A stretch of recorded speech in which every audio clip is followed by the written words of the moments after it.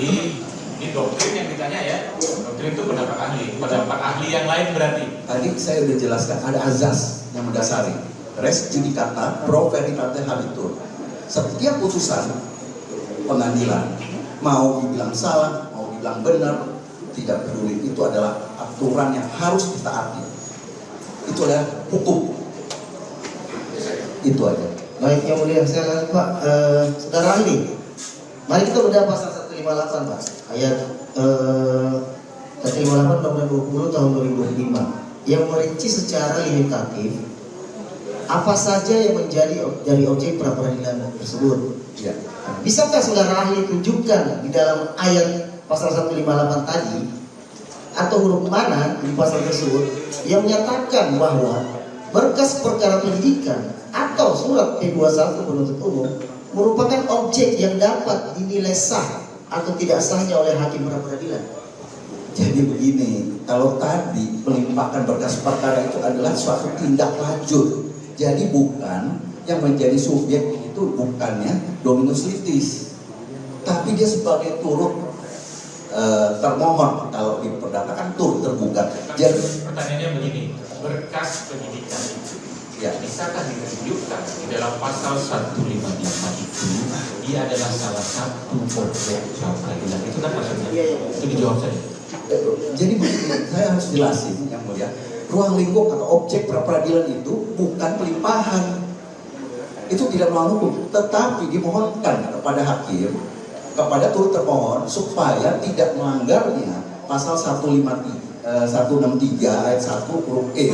Itu kan supaya kalau namanya orang memohon kan boleh yang mulia.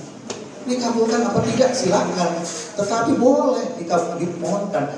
Nah, kalau sekarang dimohonkan dikabulkan, yang menjadi aturan harus dipatuhi, dan turut termohon adalah wajib mematuhi dan tunduk pada putusan hakim. Jawabannya boleh-boleh saja. Boleh.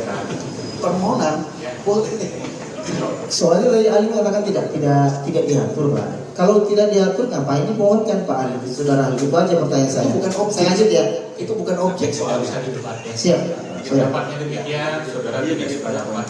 Siap yang mulia. Saya lanjut. Lanjut, Pak. Saudara ahli,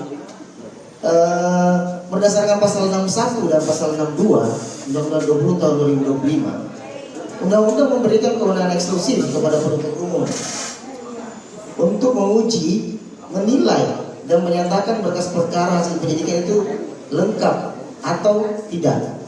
Kalau jika pemohon meminta hakim pra-peradilan menilai sah tidaknya hasil penilaian berkas tersebut, apakah menurut ahli itu bisa mengganggu atau mengacaukan sistem pembagian kekuasaan atau check and balances dan bisa mengambil alih fungsi jaksa penuntut umum? Tidak. Jadi tidak ada masalah kalau dimohonkan. Seperti tadi ini sudah jelas sekali. Fungsi pra-peradilan adalah pengawasan, bukan mengambil alih fungsi dominus litis. Bukan kemudian diambil alih, kemudian pengadilan lah yang melakukan tugasnya. Nah, di sana kan dicek misalnya ada masalah dengan pada saat pelimpahan atau penyataan P21. Bisa diajukan bahwa P21, setahu saya P21 tidak dibagikan kepada tersangka, sehingga tersangka juga tidak bisa mengajukan permohonan pra-peradilan berdasarkan P21.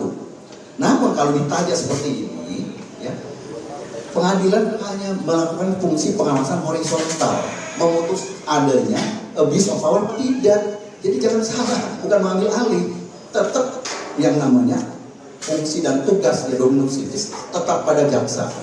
Demikian. Satu lagi yang mulia, bagaimana jika hakim pra-peradilan memutus demikian Pak?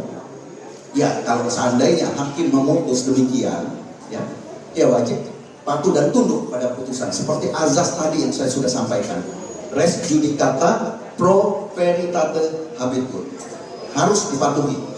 Mau salah mau benar. Download Tribun X sekarang, menghadirkan lokal menjadi Indonesia.